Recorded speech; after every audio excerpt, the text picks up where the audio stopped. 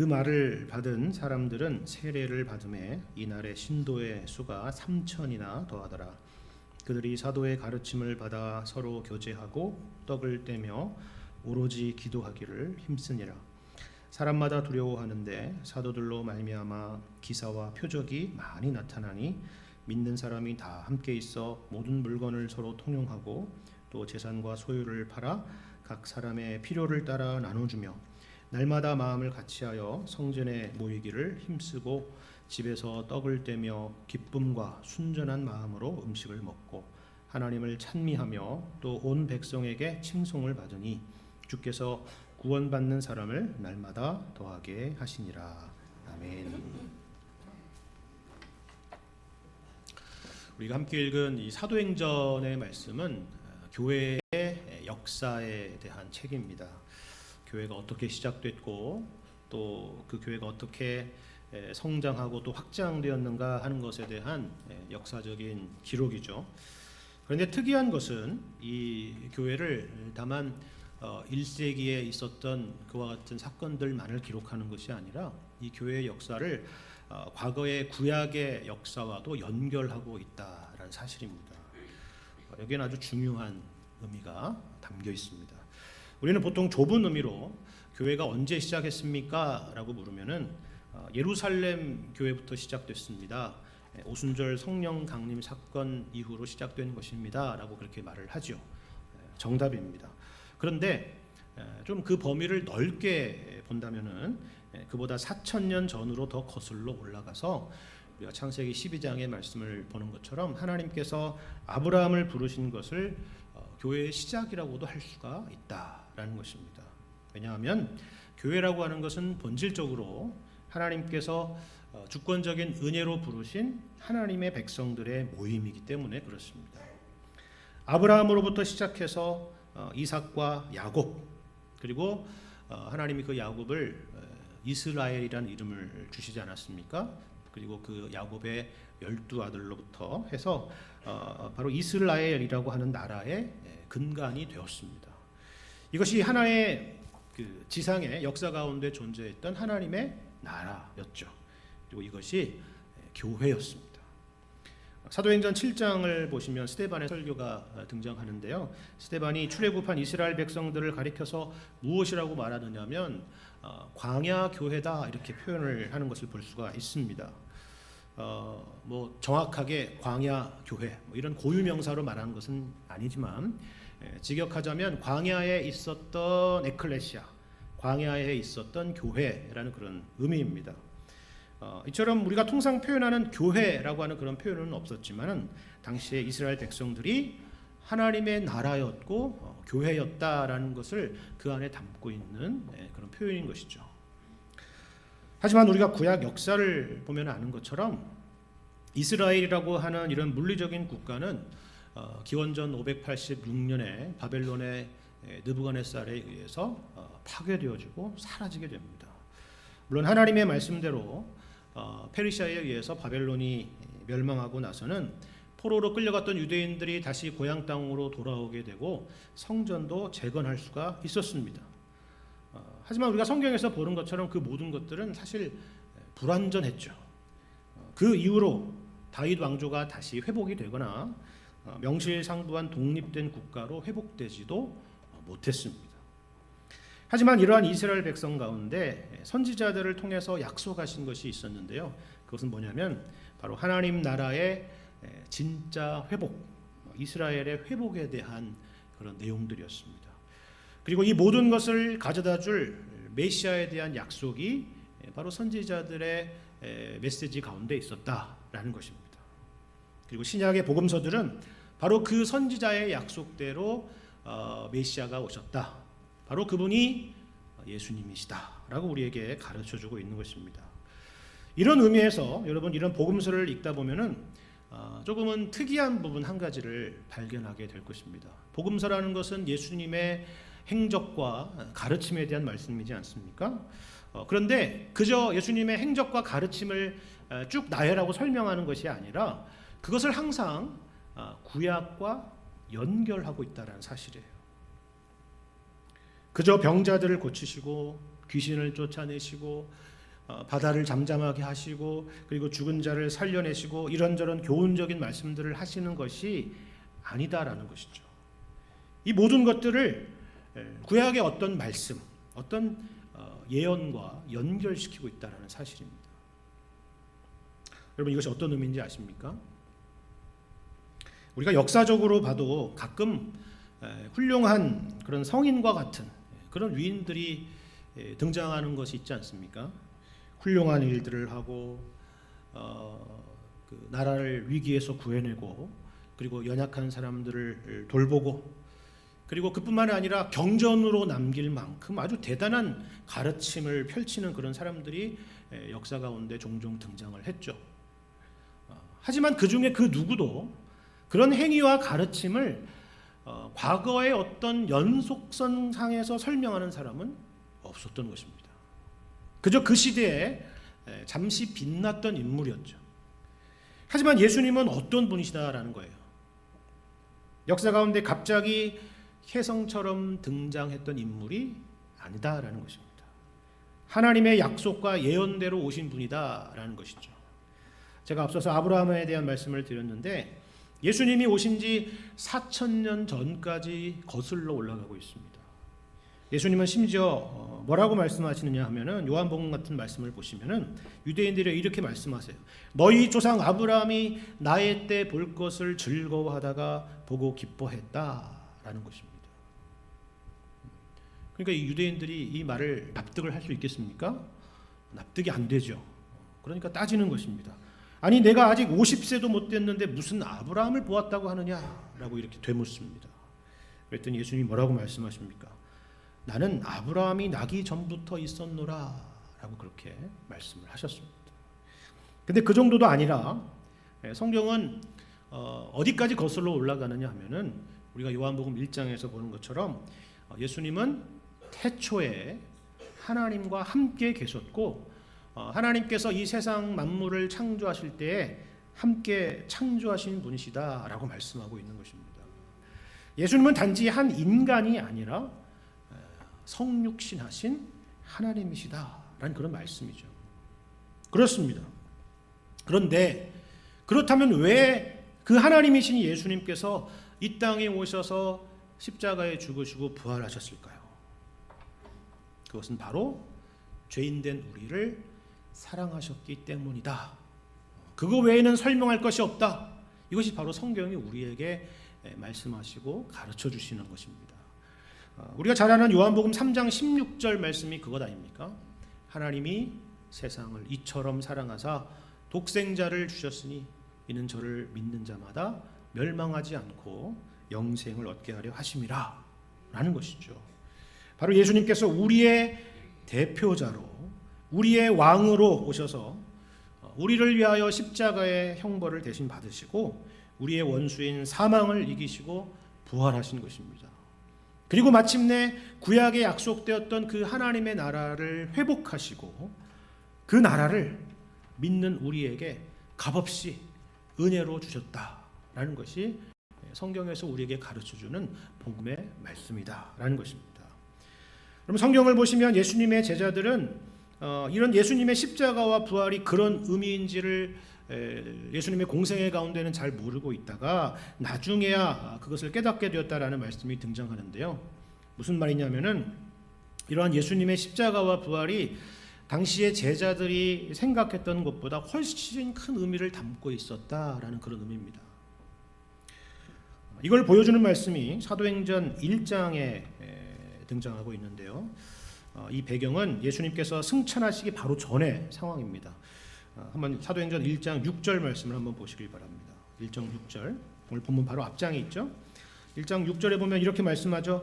그들이 모였을 때에 예수께 여쭈어 이르되 주께서 이스라엘 나라를 회복하심이 이때니까 라고 물었다고 말씀하고 있어요. 여러분 여기 먼저 제자들의 질문을 한번 잘 보십시오. 주님, 제가 구원을 받을 수 있습니까? 주님, 제가 죽으면 천국에 갈 수 있을까요? 이런 질문이 아니었다는 거예요. 우리 같으면 그런 질문이 제일 궁금할 수 있었을 텐데 그렇지 않았다는 것입니다. 그게 아니라 뭐라고요? 이스라엘 나라를 회복하시는 것이 이때인지를 묻고 있는 것입니다. 공동체적인 거죠. 단지 개인 구원의 문제가 아니라 뭔가 차원이 다르고 깊은 질문을 지금 하고 있는 것입니다. 물론 제자들이 바라본 이스라엘의 회복이라고 하는 그 그림이 무엇인지는 우리가 정확히 알기는 어려울 수 있습니다. 단순히 로마의 압제로부터 해방되어서 독립하게 되는 것을 생각하고 있는 것인지, 과거의 솔로몬 때의 그 영화로운 시대를 생각하는 것인지, 아니면 다윗의 때를 생각하고 있는 것인지, 아니면 이 모든 시대를 뛰어넘는 어떤 이상적인 그런 나라를 바라보고 있는지 우리는 정확히 알 수는 없습니다. 아마도 선지자들이 과거에 예언했던 그런 완벽하고 완전한 하나님 나라를 기대하면서 바로 그때가 이때인지를 질문한 것일 것입니다. 그런데 여러분, 예수님의 대답을 잘 보세요. 이어지는 7절 말씀. 이르시되 때와 시기는 아버지께서 자기의 권한에 두셨으니 너희가 알 바 아니요 오직 성령이 너희에게 임하시면 너희가 권능을 받고 예루살렘과 온 유대와 사마리아와 땅끝까지 이르러 내 증인이 되리라 하시니라. 이렇게 말씀해요. 우리는 여기 7절에 너희가 알 바 아니다라고 얘기하니까 약간 느낌이 이게 예수님께서 이 제자들의 질문에 부정적으로 대답했다라고 생각을 하시겠지만 결코 그런 의미가 아닙니다. 지금 예수님은 제자들을 꾸짖고 있는 것이 아니에요. 그들의 질문이 틀렸다는 것이 아닙니다. 그런데 우리가 잘 보시면 우리로서는 여전히 이 대답이 좀 모호하지 않습니까? 그렇죠. 이스라엘 나라를 회복하신 것은 분명히 사실입니다. 예수님의 십자가와 부활로 그것을 회복하셨습니다. 다 이루셨어요. 사실이라고 하는 말은 바로 이러한 의미인 거죠. 이미 그 나라가 회복되었다는 의미입니다. 그런데 동시에 무슨 말씀이 있어요? 7절 말씀처럼 때와 시기는 아버지의 권한에 있다라고 말씀을 하죠. 이게 무슨 말이냐면은 그 하나님 나라의 회복을 온전하게 경험하게 될 날이 아직 남아 있다라는 의미입니다. 여러분은 아마도 이 already but not yet이라고 하는 이미 그러나 아직이라고 하는 표현을 아마 한두 번은 들어보셨을 거라 생각을 합니다. 바로 그것을 말하는 거예요. 이 말은 지금은 한 10% 정도에 불과한데 앞으로 시간이 지나면 곧 100%인 때가 올 것이다. 그런 말이 아니에요. 이 말은 지금 이미 100%인데 이제 곧 그 100%가 100%인 것을 확실히 경험하게 될 날이 오리라라는 그런 의미입니다. 사실 이런 거는 이 세상에 딱 맞는 것이 없기 때문에 적절한 비유를 찾는 것은 참 어렵습니다. 그래서 어떤 학자는요, 이거를 D-Day와 V-Day로 설명하는 학자가 있었습니다. D-Day라고 하는 것은 2차 대전 당시에 연합군의 그 노르망디 상륙 작전의 그 날을 말하는 것이고요. V-Day라고 하는 것은 빅토리 데이라고 해서 독일이 이제 마침내 히틀러가 항복을 하게 되어 가지고 2차 대전이 완전히 끝나게 되는 그런 것을 말하는 거죠. 노르망디 상륙 작전 자체가 2차 대전에 있어서 결정적인 전투였기 때문에 이런 비유를 드는 것입니다. 그래서 우리는 지금 이 D-Day는 이미 지났고 D-Day와 V-Day 사이 그 어느 쯤에 있다라고 이렇게 표현을 하는 거죠. 우리식으로 예를 들면 이런 겁니다. 이제 곧 이번 주에 광복절이 다가오는데요. 일본이 1945년 8월 15일에 항복 조인식에 서명을 하지 않았습니까? 항복을 했습니다. 근데 그것 자체가 바로 우리 조선의 해방이고 독립이라고 하는 사실을 우리는 모두가 다 알았죠. 지금부터 조선을 독립합니다 이렇게 말을 하지 않아도 그것 자체가 그 의미라는 걸 알았습니다. 왜냐하면 조선 총독부는 그날 그 시부로 모든 효력이 정지되었기 때문입니다. 그런데 바로 그날 8월 15일에 갑자기 우리의 눈앞에 일본 사람들이 사라진 것은 아니지 않았습니까? 그렇죠? 몇 날 며칠에 걸쳐서 그들은 본국으로 철수를 하고 또 그 빈자리를 본래대로 회복하는 시간이 필요했습니다. 어떤 의미인지 아시겠죠? 또 이런 비유는 어떨까요? 여러분이 어느 대학이나 어느 직장에 최종 합격 통지를 받았습니다. 이제 그 대학에 다니고 출근하기만 하면 되는 거예요. 그렇죠? 그러면 아직 입학도 안 했고 아직 입사도 안 했지만 이미 그 대학 또 그 직장에 소속인 것처럼 사는 것이죠. 그렇죠? 어떤 느낌인지 아시겠죠? 네. 근데 이런 것들이 다 비슷한 비유들인데요. 사실 딱 들어맞지는 않습니다. 왜냐하면 우리에게 허락된 이 하나님의 나라는 이 세상의 그 어떤 비유와도 비교할 수 없는 엄청난 것이기 때문입니다. 쉽게 말하면 이런 거예요. 성경은 우리가 이 땅에서 받은 구원이라고 하는 것이 결코 불완전한 것이다 라고 말하지 않습니다. 우리를 이미 성도라고 부르고요, 하나님 나라의 백성이라고 부르고요, 하나님의 자녀라고 부르죠.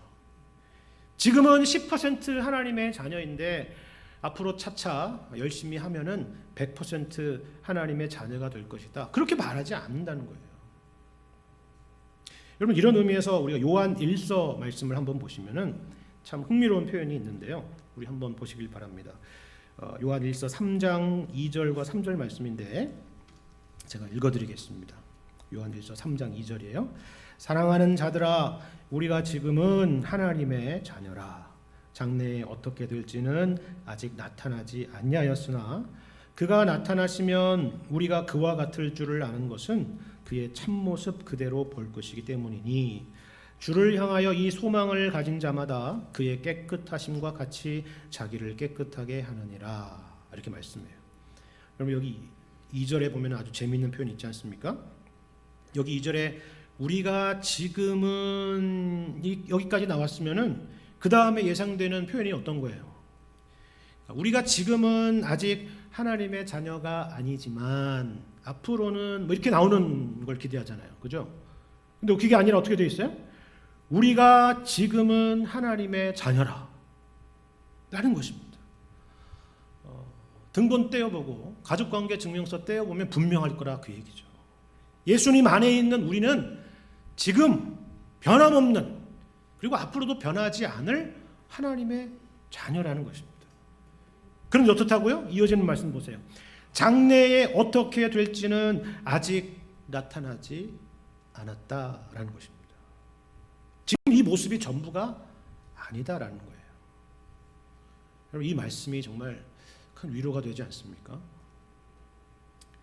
이런 우리의 모습이 전부고 이게 끝이라고 한다면은 사실 얼마나 실망스럽겠어요. 그렇죠? 스스로도 실망스럽고 우리가 서로를 봐도 너무나도 실망스럽겠죠. 어떻게 이런 모습으로 천국에 갈 수 있을까? 가긴 할 수 있을까? 이런 생각이 들기도 하고, 또 어떻게 저런 사람과 같이 천국에 갈 수 있을까? 그런 생각이 우리는 드는 것입니다. 그런데 어떻다고요? 우리에게는 약속이 있고 소망이 있다라는 것입니다. 그것이 무엇이냐면 우리 주님이 나타났을 때 우리도 그분처럼 된다라는 것입니다. 하나님의 자녀들은 이 믿음과 이 소망 가운데 살아가는 사람이라는 사실을 기억하시기를 바랍니다. 그런데 이 소망을 가지고 살아가는 사람은요, 다만 그날을 이렇게 손꼽아 기다리는 것이 아니라고 오늘 말씀하고 있죠. 여기 이어지는 3절의 말씀에서 보는 것처럼 어떻게 해요? 주를 향하여 이 소망을 가진 자마다 그의 깨끗하심과 같이 자기를 깨끗하게 한다라는 것입니다. 여러분, 이게 무슨 말일까요? 깨끗하게 한다라는 말이 무슨 말일까요? 이 말은 우리가 언뜻 생각하는 것처럼 무슨 결벽주의자가 된다는 얘기가 아닙니다. 깨끗해야 돼, 가까이 오지 마, 나는 거룩해야 돼, 이런 의미가 아니라는 거예요. 그래서 여기에 뭐라고 되어 있어요? 무엇같이요? 그의 깨끗하심과 같이라는 표현을 덧붙이는 것입니다. 여러분, 예수님의 깨끗하심을 생각해 보십시오. 우리가 생각하는 그런 의미였나요? 아니죠. 그렇지 않습니다. 만약에 우리가 생각하는 그런 의미의 깨끗함이라면 이 땅에 오시지도 않았겠죠. 그렇지 않습니까? 그런 의미의 깨끗함이라 그러면 그거는 예수님에게 해당되는 것이 아니라 사실은 바리새인들에게 해당되는 그런 의미였겠죠. 하지만 예수님은 오히려 세리와 창기들과 죄인들의 친구였습니다. 그렇다면 이건 어떤 의미일까요? 깨끗하게 했다는 것은 어떤 의미일까요? 성경에서 이 표현은요, 하나님께 나아가기 위해서 자신을 정결하게 하는 것에 사용되는 표현입니다. 다시 말해서 하나님을 위해서, 하나님이 기뻐하시는 일을 위해서 자신을 구별하여 드렸다라는 그런 의미예요. 예를 들면 이런 것입니다. 여러분이 구약의 성전 제사에 대한 내용을 보시면 이런 내용들이 등장한다는 것을 기억하실 것입니다. 성전에 들어가는 물건만이 아니라 제사장을 비롯해서 거기서 봉사하는 사람들도 그냥 들어가는 법이 없어요. 그렇죠? 거기 뭐 물로 씻든지 아니면 피로 뿌리든지 해서 이런 정결 예식이 필수입니다. 무슨 말입니까? 이 물이나 아니면 짐승의 피가 그 자체로 무슨 강력한 정화 효과가 있다는 말은 절대 아니겠죠. 이것은 물건이든 사람이든 그 어떤 것이든 간에 그 성전에 들어가기에 합당하게 구별되어야 된다라는 그런 의미입니다. 분명히 똑같은 물건이고 똑같은 그 사람이지만 그 안에 들어가기에 합당한 물건과 사람으로 여겨져야만 한다라는 것입니다. 그것이 바로 정결 예식에 담고 있는 의미였다는 거예요. 제가 오늘 본문을 살피기에 앞서서 이런 말씀을 길게 드리는 이유가 있습니다. 본문의 이해를 돕기 위해서인데요. 오늘 본문의 내용은 분명히 당시의 초대교회의 어떤 모습에 대한 그런 묘사죠. 이 교회라고 하는 것은 앞서 말씀드린 것처럼 이미와 그리고 아직이라고 하는 그 긴장을 가지고 있는 공동체입니다. 회복된 이스라엘이지만 동시에 그 회복을 온전히 경험하게 될 날이 남아있는 이스라엘이죠. 오늘 본문의 말씀은 이 두 가지의 긴장과 아울러서 이 사이에 있는 교회가 어떤 모습을 지향해야 될지를 보여주는 그런 말씀입니다. 사실 이 부분을 우리가 놓치면 우리는 이 본문 말씀을 정말 크게 오해할 수 있기 때문에 제가 이 말씀을 서두에 말씀을 드리는 것입니다. 예를 들면 이런 오해가 있을 수가 있어요. 본문 말씀을 이해하는데 잘못된 두 가지 극단의 모습이 있습니다. 하나는 어떤 거냐면 이런 거예요. 우리도 이처럼 이와 같은 초대교회 같은 모습으로 돌아가야 된다라고 생각하는 분들이 가질 수 있는 극단입니다. 여기 등장하는 내용들을 우리가 이 땅에서 직접적으로 실천해야만 하는 어떤 규범적이고 표준적인 내용으로 이해하는 것이죠. 특별히 44절 이하의 내용에 대해서 그렇게 생각하는 분들이 계세요. 모두 한 곳에 모여서 공동생활을 하고, 그렇죠? 그리고 서로 자기 재산을 다 팔아가지고 공동 소유를 하면서 그렇게 세상을 등지고 살아가는 그런 공동체를 생각하는 것입니다. 이것이 바로 교회의 이상형이 아니냐 이렇게 생각하는 것입니다. 정말 그런 의미일까요? 그것을 위해서 이 말씀이 기록된 것일까요? 그렇지 않습니다. 만약에 정말 그런 의미라고 한다면 이 똑같은 내용의 강조가 성경의 다른 곳에서도, 그렇죠? 예를 들면 여러 서신서 가운데서도 나타나야 옳죠. 너희는 뭘 하고 있느냐? 왜 아직도 집을 팔지 않았느냐? 땅을 팔지 않았느냐? 빨리 모여라. 모든 걸 공동으로 소유해라. 뭐 이런 말씀들이 있어야 되지 않습니까? 없지 않습니까? 그렇지 않다는 것이죠. 이 말씀이 규범적인 의미로 우리에게 주어지는 내용은 아니다라는 사실입니다. 근데 또 다른 극단은요, 이번에는 반대로 이 사건을 그저 그땐 그랬지라는 식으로 이해하는 그런 사람들입니다. 본문의 사건의 의미와 메시지가 무엇인지는 전혀 생각하지 않고 한때 초대교회 역사 가운데 등장했었던 정말 특이한 사건, 특이한 역사적인 이벤트 정도로 생각하는 것입니다. 하지만 이러한 생각 또한 잘못된 것입니다. 제가 서두에 사도행전은 교회의 역사에 대한 책이다라고 말씀을 드렸죠. 하나님의 나라가 예수님의 죽으심과 부활로 회복되고 또 그것이 교회로 이어지고 있다는 것을 설명하는 것이 바로 사도행전의 큰 흐름이다라는 것입니다. 그런데 이것이 진짜 회복이라고 한다면 이제는 유대인이라고 하는 민족적인 제한이나 예루살렘이나 유다라고 하는 지역적인 경계도 더 이상 의미가 없게 되겠죠. 왜냐하면 이 하나님의 나라는 아브라함을 넘어서 본래 아담의 범죄로부터 무너졌던 것이기 때문입니다. 그래서 오늘 본문의 바로 앞부분의 내용을 여러분 한번 보시면 사도 베드로가 이렇게 설교하는 내용을 보실 수가 있을 거예요. 사도행전 2장 여러분 38절과 39절 말씀을 한번 보시길 바랍니다. 베드로가 이렇게 말하죠. 38절 베드로가 이르되 너희가 회개하여 각각 예수 그리스도의 이름으로 세례를 받고 죄 사함을 받으라. 그리하면 성령의 선물을 받으리니 이 약속은 누구에게요? 너희와 너희 자녀와 모든 먼데 사람 곧 주 우리 하나님이 얼마든지 부르시는 자들에게 하신 것이라 라고 말씀하는 거예요.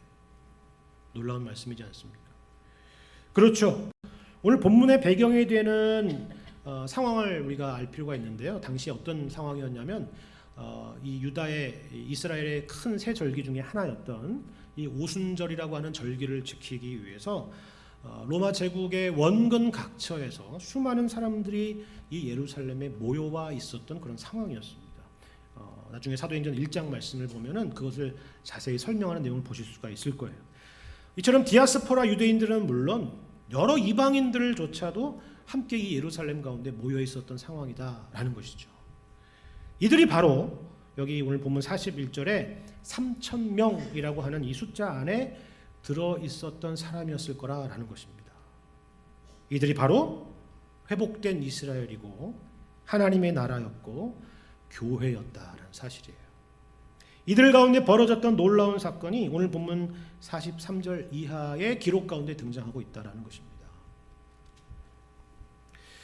이게 오늘날로 하자면 어떤 그림일까라는 것을 한번 생각을 해봤는데요. 이제 오늘로서 파리 올림픽이 맞춰지지 않습니까? 올림픽이 진행되는 기간 동안 세계의 많은 사람들이 파리라고 하는 이 한 도시에 모여서 운동 경기만 하는 것이 아니라 어때요? 거기서 먹고 자고 또 여기저기 행사나 이벤트가 열리고 또 거기에 참여하고 하는 그런 일들이 이 도시 가운데 벌어지고 있지 않았습니까? 그런 그림을 생각해 보면 어떨까 한번 생각을 해봅니다. 우리나라도 88년 서울올림픽 때 서울시 곳곳이 축제였던 것들을 한번 생각을 해보십시오. 그와 비슷한 그림이지 않았을까 그런 생각을 해요. 근데 이 본문의 사건은 사실 그런 행사를 훨씬 뛰어넘는 그런 사건이었습니다. 왜냐하면 여기 43절에 기록된 것처럼 하나님의 임재를 느끼는 그런 두려움이 그 가운데 있었고 사도들의 기사와 표적들이 수없이 나타나고 있었던 그런 시대였기 때문입니다. 그런 상황이었기 때문이에요. 무슨 말이냐 하면은 그 누구라도 이 모든 역사 가운데서 하나님이 계시다고 느끼지 않을 수가 없었다라는 그런 의미입니다. 그래서 어떻게 해요?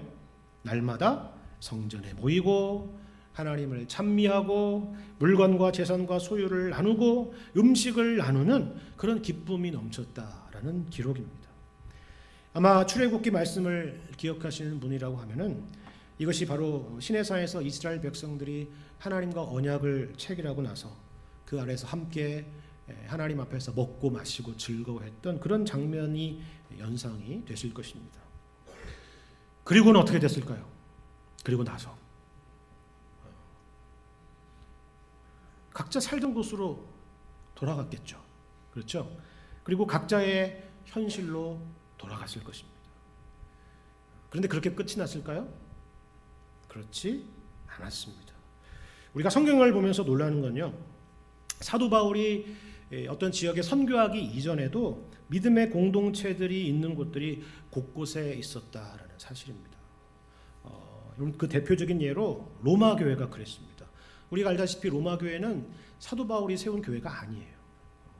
그래서 학자들은 아마도 본문의 오순절 사건 이후에 로마로 돌아갔던 사람들이 그런 믿음의 공동체를 세우지 않았겠느냐 이런 추측을 하는 것입니다.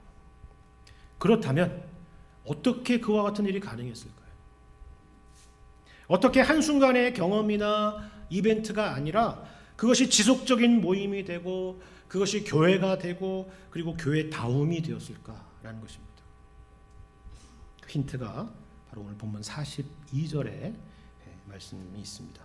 우리 42절을 우리 한 목소리로 한번 같이 읽어보면 좋겠습니다. 42절 말씀 시작. 그들이 사도의 가르침을 받아 서로 교제하고 떡을 떼며 오로지 기도하기를 힘쓰니라. 아멘.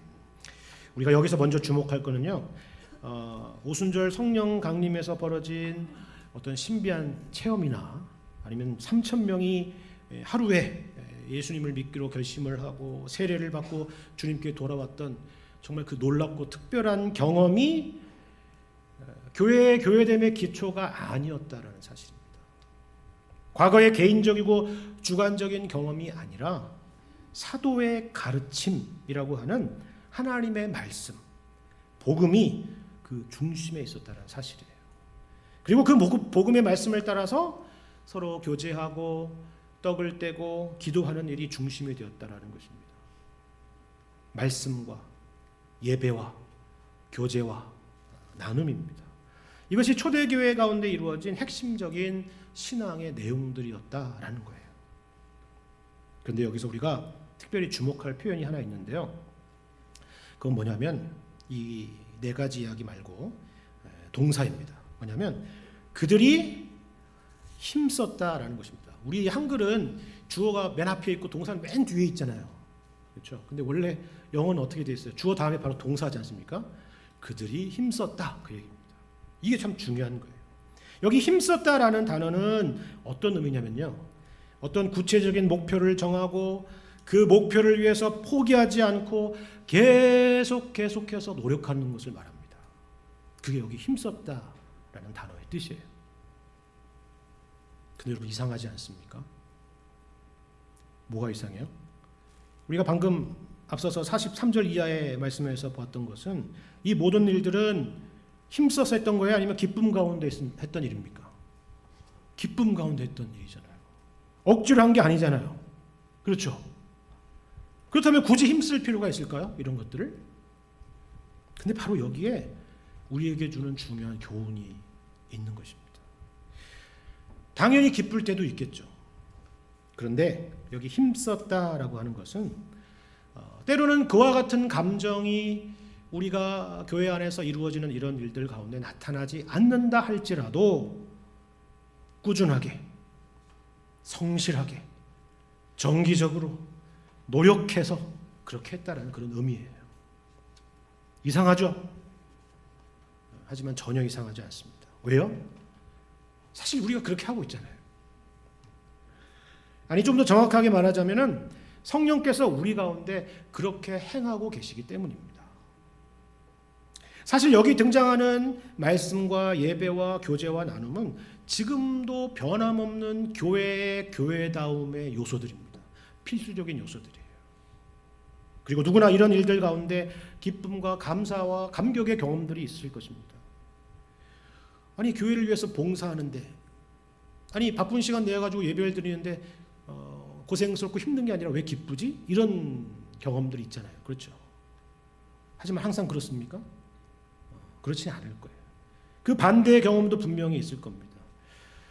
근데 그게 우리만의 경험이 아니라는 거예요. 이상한 게 아니라는 것입니다.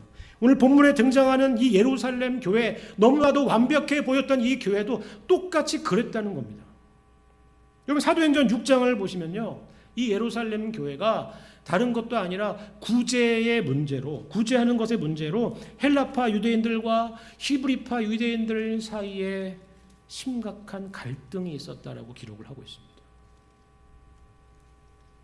구제를 위해서, 좋은 일을 위해서 그랬다는 거예요. 우리는 이런 일들을 만나면 놀라죠. 아니, 왜 좋은 일을 하는데 싸우지? 이게 맞아? 이게 교회야? 왜 교회가 이래? 왜 교회가 이렇게 은혜가 없지? 라고 우리는 생각을 하는 겁니다. 맞습니다. 그런 모습도 교회고요, 저런 모습도 교회입니다. 말씀드렸죠? 우리는 어떻다고요? 이미와 아직 그 사이에서 살아가는 존재들입니다. 사랑하는 자들아, 우리가 지금은 하나님의 자녀라. 기억하시죠? 하지만 이게 끝이 아니라 주님이 나타나시면 우리가 그와 같을 것입니다. 이 소망이 있는 자들은 주님의 깨끗하심과 같이 자기를 깨끗하게 한다라고 말씀했죠.